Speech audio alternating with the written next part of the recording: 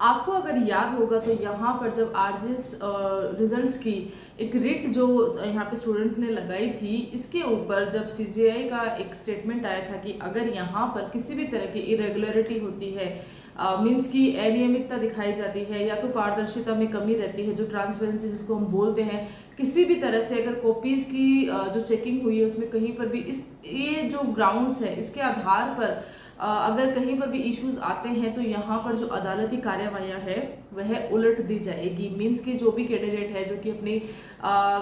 ये यहाँ पर अपनी कॉपी जो इंग्लिश लैंग्वेज की कॉपीज के बारे में बता रहे थे कि यहाँ पर उनको बहुत कम मार्किंग मिली है, जितना कि वो लिख कर आए हैं उसके आधार पर उनको मार्किंग बहुत कम मिली है, और इसका रीज़न भी उन्होंने यहाँ पे ग्राउंड्स में बताया था। वह सारी चीज़ें जो है मैंने ऑलरेडी वीडियोस इस पे बनाए हैं और बहुत अच्छे से सारे पॉइंट टू पॉइंट वहाँ पे चीज़ें बताई है। आप वहाँ से देख सकते हैं कि क्या क्या ग्राउंड्स जो है स्टूडेंट्स ने लिए थे और कौन सी जो है ग्राउंड्स को एक्सेप्ट भी किया था, और चीज़ें जो है एंटरटेन पे गई थी, और उसके बाद भी बाकी जो प्रोसीडिंग्स है चल रही थी। 15 अक्टूबर से जब यहाँ पर ये केस लगा था, 17 अक्टूबर को फर्स्ट हियरिंग हुई थी, 20 अक्टूबर को यहाँ पे हुई थी, और उसके बाद में 24 अक्टूबर को जब मेंस की कॉपी जो रहती है, लॉ की कॉपी रहती है और इंग्लिश लैंग्वेज की कॉपी रहती है, वह सारी कॉपियाँ जो रहती है यहाँ पर सुप्रीम कोर्ट ऑफ इंडिया में रहती है आरजेएस की, और उसके बाद में यहाँ पर ये जजमेंट आता है। स्टार्टिंग में मैंने यहाँ पर एक लाइन जो स्टेटमेंट है सीजीआई का वह इसलिए बोला है क्योंकि अभी जो ये डिसमिस हुई है इसका मेन आधार भी यही है, क्योंकि यहाँ पर according to chief justice of India जब उन्होंने यहाँ पर कॉपीज को देखा है, उन्होंने देखा है कि जो मार्किंग हुई है वह उसी प्रकार हुई है जैसे कि उन्होंने कैंडिडेट ने लिखा है, उसकी राइटिंग के अकॉर्डिंग ही यहाँ पे उनको मार्किंग मिली है। तो ऐसा क्या जो है, जो कैंडिडेट को लगता है कि उनकी मार्किंग गलत हुई है, उन्होंने सही लिखा है, लेकिन यहाँ पर चीफ जस्टिस ऑफ इंडिया ने जब कॉपी देखी है तो उनको लगा है कि नहीं, यहाँ पे मार्किंग सही हुई है, क्योंकि अगर इस तरह से जजमेंट इस तरह से अगर हम ऐसे राइटिंग लिखते हैं तो यहाँ पर इसी तरह की मार्किंग भी आनी चाहिए। पूरा क्या हुआ था वह सारा कुछ जो है इसी वीडियो में हम यहाँ पे डिस्कस करेंगे। आपको करना क्या है, वीडियो को बिना स्किप के पूरा देखना है, ताकि यहाँ पे सीजीआई की तरफ से क्या स्टेटमेंट आया है और क्या चीज़ें हैं, क्या पॉइंट्स हैं, वो मैं आपको बताऊंगी। साथ ही आगे भी हम जब नेक्स्ट आरजेएस की तैयारी करते हैं या तो फिर कहीं भी अगर जुडिशरी की तैयारी करते हैं तो इसके रिगार्डिंग हम ये चीज़ ध्यान में रखेंगे, क्योंकि सुप्रीम कोर्ट ऑफ इंडिया में इसके रिगार्डिंग ये जो रिट है डिसमिस हुई है तो इसका असर जो है पूरे स्टेट पे जाता है कि आगे अगर कभी भी लैंग्वेज को लेकर इश्यूज आते हैं तो यहाँ पर ऑलरेडी एक सोनल गुप्ता का यह जो केस है वह दिखाया जाएगा, तो बहुत मायने रखता है यह केस, यह जो रिट डिसमिस हुई है इसका जो ग्राउंड है, हर एक चीज़ को यहाँ पर डिटेल में जानेंगे। ओके तो सबसे पहले यहाँ पर जैसे कि हर एक जो चीज़ है, हर एक ग्राउंड है, उसके ऊपर ऑलरेडी वीडियो पब्लिश्ड है। और अब लेकिन चीज़ें यह है कि जो चीज़ सबसे ज़्यादा इम्पोर्टेंट सामने आ रही है वह यह है कि इस बार वाकई में जो चेकिंग हुई है इंग्लिश जो ऐसे है उसकी चेकिंग हुई है बहुत ज़्यादा हार्ड हुई है, और आगे भी इसी तरह की चेकिंग होगी ही, इसका भी एक कैंडिडेट को ध्यान रखना है। तो अब जो है लो में अगर आपकी अच्छी कमांड हो चुकी है, अच्छी पकड़ हो चुकी है, तो यहाँ पर जो ऐसे राइटिंग है जो हो सकता है आपने कुछ स्टूडेंट्स ऐसे भी है जिनका कि यहाँ पे दूसरा अटैम्प्ट हो, पहले अटैम्प्ट में जब सेम उन्होंने ऐसे राइटिंग लिखी थी उसको भी इम्प्रूव करके इस बार लिखा है, लेकिन मार्किंग जो है पहले वाले में बहुत बेटर थी, इस वाले में बिल्कुल भी नहीं थी। तो चीज़ें जो है चेंज हुई है। यहाँ पर जो प्रोफेसर है हमारे इंग्लिश का जिन्होंने चेकिंग करी है, बेशक उन्होंने काफ़ी सारी चीज़ें देखी है, यहाँ पर कंटेंट भी देखे गए हैं, यहाँ पे ग्रामर भी देखी गई है, स्पेलिंग मिस्टेक्स भी देखी गई है, आपने जो कोटेशंस डाले हैं वह भी देखे गए हैं, साथ ही आपने जो भी ऐसे चूज़ किया है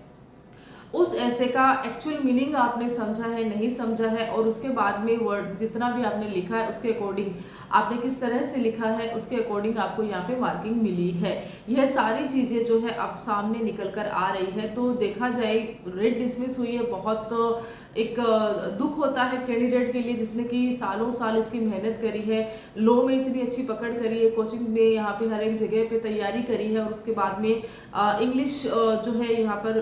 उसकी वजह से वह कट ऑफ तक नहीं आए, इंटरव्यू तक नहीं आए हैं। दिक्कत यहाँ पर आती है। साथ ही यह भी रहता है कि यहाँ पर जो क्वालिफाई है वह इंग्लिश मेनली क्वालिफाई के लिए हम मान सकते हैं, क्योंकि मेनली होता क्या है कि हमारे जो जुडिशरी है, राजस्थान जुडिशरी की स्पेशली बात करते हैं तो यहाँ पे सबऑर्डिनेट जितने भी कोर्ट्स होते हैं यहाँ पर टोटली हिंदी लैंग्वेज, और या तो हम कुछ जो बोलते हैं ना कि लॉ के खुद के जो लैंग्वेज होती है, जहाँ पर की जो पुरानी हमारी उर्दू की लैंग्वेज होती है वह भी अभी तक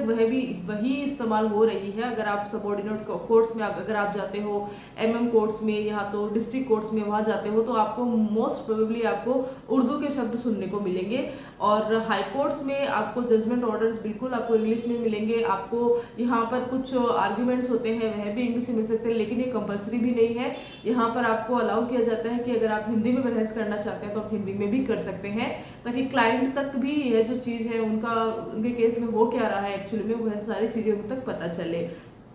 तो राजस्थान में अगर इस तरह से इश्यूज आए हैं, स्पेशली इतने स्टूडेंट्स को जो कि अपने आप में बहुत इंटेलिजेंट है, लोग जो निकाल चुके हैं, तो यह है। बट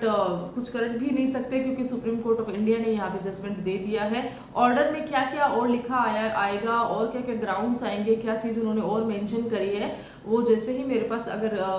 ये ऑर्डर आता है उसको मैं यहाँ पे शेयर कर दूंगी। अब थोड़ा सा इसके बारे में ये जान लेते हैं कि यहाँ पे और क्या क्या चीज़ हुई है जो कि CJI की तरफ से हमें यहाँ पे जानने को मिली है। 26 अक्टूबर 2024 को यहाँ पे RJS इंटरव्यूज जो है वह खत्म हो जाएंगे, और उसके बाद में एक महीने या जितना भी समय वो लेती है हमारी अथॉरिटी, उसके बाद में जो है उनको फाइनल मेरिट रिजल्ट उनको यहाँ पे दे दिया जाएगा। अभी तक ऐसा था कि हो सकता है कि स्टे लगे, या हो सकता है कि यहाँ पर क्योंकि जो 3 टाइम्स जो स्टूडेंट्स है वह भी नहीं लिए गए थे, तो कहीं ना कहीं एक आस थी कि कहीं जो है 3 टाइम्स स्टूडेंट्स जो यहाँ पे इंटरव्यू के लिए लिए जाते हैं वहाँ पर कुछ स्टूडेंट का सिलेक्शन हो जाए, उनको इंटरव्यू के लिए बुला लिया जाए, लेकिन ऐसा कुछ हुआ नहीं है। यहाँ पर जितने स्टूडेंट्स को बुलाया गया था उन्हीं स्टूडेंट्स का ही यहाँ पे इंटरव्यू हुआ है, और इंटरव्यू 26 अक्टूबर 2024 को कंप्लीट भी हो जाएगा। अब इस बीच में जो है सुप्रीम कोर्ट ऑफ इंडिया ने यह रिट जो है डिसमिस कर दी है। यह रिट डिसमिस करते हुए उन्होंने कहा है कि यहाँ पर जब उनके सामने ये इंग्लिश की कॉपीज आती है तो वहाँ पर वो इंग्लिश की कॉपीज को चेक करते हैं, रिव्यू करते हैं, और उसके बाद में वो देखते हैं कि यहाँ पर जो कोई भी एक टॉपिक उन्होंने अपनी तरफ से चूज किया है। अब यहाँ पे जो कोटेशंस लिखे थे, मेनली उन कोटेशन में भी उनको इशू लगा है कि अगर आप जुडिशरी के अंतर्गत यहाँ पर लैंग्वेज में आप ऐसे राइटिंग का जो है काम कर रहे हैं, ऐसे राइटिंग आप लिख रहे हैं, 50 मार्क्स का ऐसे आपको दिया जाता है, जो कि आपकी कट ऑफ और मेरिट लिस्ट जो रहती है दोनों के लिए बहुत कारगर होती है। अब यहाँ पर लैंग्वेज मात्र ऐसा नहीं है कि अगर आप इंग्लिश के स्टूडेंट हो या तो आपकी फ्लुएंट इंग्लिश, आप बहुत अच्छी इंग्लिश लिखते हो, वही एक जरूरी चीज़ नहीं है। यहाँ पर सबसे इंपॉर्टेंट चीज़ बताया है कि यहाँ पर मीनिंग जो होता है, एक्चुअल में सबसे पहले आपको मीनिंग देखना है कि एक्चुअल में पूछना क्या चाह रहा है और क्या हमें लिखना है, कितना हमें लिखना है, कितना एक्स्ट्रा हमें नहीं लिखना है। दूसरा चीज़ यहाँ पर है कि जब एक चीज़ आई थी कि यहाँ पर जो ऑनरेबल जज है उनका नाम लिखा हुआ था किसी कोटेशन में, तो वहाँ पे जो उनका नाम है उनका सरनेम चेंज किया हुआ था। मीन्स कि यहाँ पर हम जो है सरनेम भी सही नहीं, किसी भी कैंडिडेट की कॉपी जब वो देख रहे थे तो यहाँ पर उनका सरनेम भी सही नहीं था। तो यहाँ पर भी उन्होंने कटाक्ष लिया था इस बात के लिए भी कि यहाँ पर जुडिशरी के स्टूडेंट्स जो है अगर वो कोटेशन भी डाल रहे हैं तो उनको कोटेशन जो है 2 बार देख के डालना चाहिए कि एटलीस्ट उन्होंने सही भी लिखा है या नहीं लिखा है, क्योंकि हम जो कोटेशन डालते हैं नॉर्मल है ना कि उसके द्वारा ये बात कही गई है और उसके बाद में हम उनका नाम लिखते हैं कोष्टक में, लेकिन एक्चुअली में जिनका नाम लिखा है वो इंसान है ही नहीं जिन्होंने कि वो कोटेशन लिखी है। तो जो दोनों चीज़ें हैं हमारे लिए बहुत ईजी रहता है ये चीज़ें कि चलो ठीक है छोटी सी चीज़ है कोई बात नहीं, थोड़ा सा चेंज हुआ है, लेकिन यहाँ पर जब वो चेक करते हैं, मार्किंग करते हैं, वो हर एक चीज़ की करी जाती है, क्योंकि जुडिशरी है यहाँ पर फैक्ट टू फैक्ट बात होती है, पॉइंट टू पॉइंट बात होती है, रूल्स रेगुलेशंस पर बात होती है। बाकी स्टोरीज के लिए, हर एक चीज़ के लिए यहाँ पर बिल्कुल भी समय नहीं दिया जाता है। और CJI ने यहाँ पे एंटरटेन किया इस रिट को, यहाँ तक की कॉपीज मंगवाई है, लॉ की कॉपीज मंगवाई, इंग्लिश की कॉपीज मंगवाई, उसके बाद में खुद से उन्होंने एक कॉपी देखी है और यहाँ पर उन्होंने देखा है कि ग्रामर मिस्टेक भी थी, कहीं पर स्पेलिंग का जो है इश्यूज वहाँ पर था और सेंटेंस में भी इश्यूज आए थे। इस तरह से काफ़ी सारी चीज़ें हैं। बाकी मेनली क्या निकल के आता है, कौन कौन से ग्राउंड और निकल कर आते हैं, वह पूरा जो ऑफिशियल ऑर्डर जब ये सोनल गुप्ता की जो ये रिट लगी हुई थी उसके अंतर्गत आएगा, उसके आधार पर हर एक चीज़ जो है ऑफिशियली भी शेयर की जाएगी। तो फिलहाल के लिए इतना ही है कि जो रिट है वह डिसमिस हो चुकी है। अभी करना क्या है, जिनके इंटरव्यू होने वाले हैं और जिनके इंटरव्यू अभी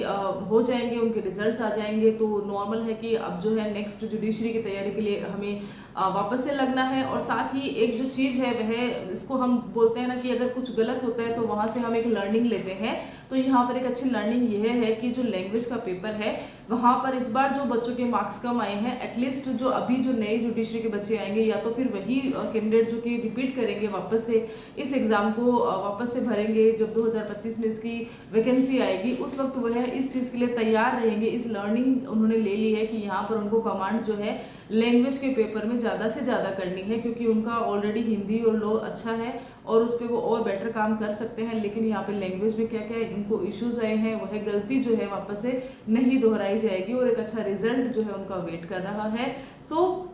वैसे देखा जाए तो सैड न्यूज़ है, अच्छी न्यूज़ नहीं है, रिट डिसमिस हुई है, लेकिन कहीं ना कहीं एक लर्निंग के हिसाब से देखते हैं तो आप ही के लिए, आपके ब्राइट फ्यूचर के लिए आप जो है इसको एज अ लर्निंग इसको ले सकते हैं और अपने जो लक्ष्य है उसके अंदर इस मिस्टेक को बिना किए आप जो है वापस से लग सकते हैं और अपना RGS 2025 जो है इजीली आप निकाल सकते हैं। इसी आशा के साथ मैं यहाँ पर यह जो वीडियो है कंप्लीट करती हूँ। आगे बार काउंसिल ऑफ इंडिया ने भी यहाँ पर ऑल इंडिया बार एग्जामिनेशंस के डेट को एक्सटेंड किया है, उसके ऊपर भी फुल डिटेल वीडियो रहेगा और वह भी साथ साथ में पब्लिश होने वाला है। So stay tune, thank you so much.